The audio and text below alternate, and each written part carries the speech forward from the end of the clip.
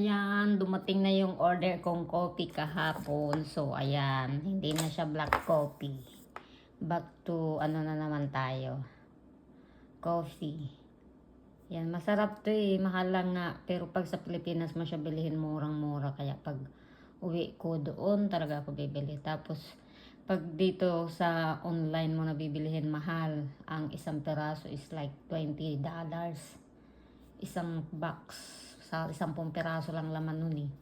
So, umorder akong 3 pang isang buwan. So, ayan.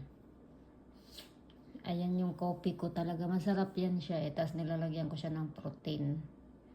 Bumili din ako ng bagong protein doon sa Costco. Protein with collagen na yun eh. Ayan. Ayan. Ang sarap nito eh. Gustong gusto ko yan eh. May ano siya. May kasama siyang chia seed. Ayan. Nagustuhan nga yan ng kaibigan ko eh, kasi nung umuwi siya ng Pilipinas, nagpadala ako ng 7 box. Kaya lang naubos na. Ayan. Kaya umorder ako.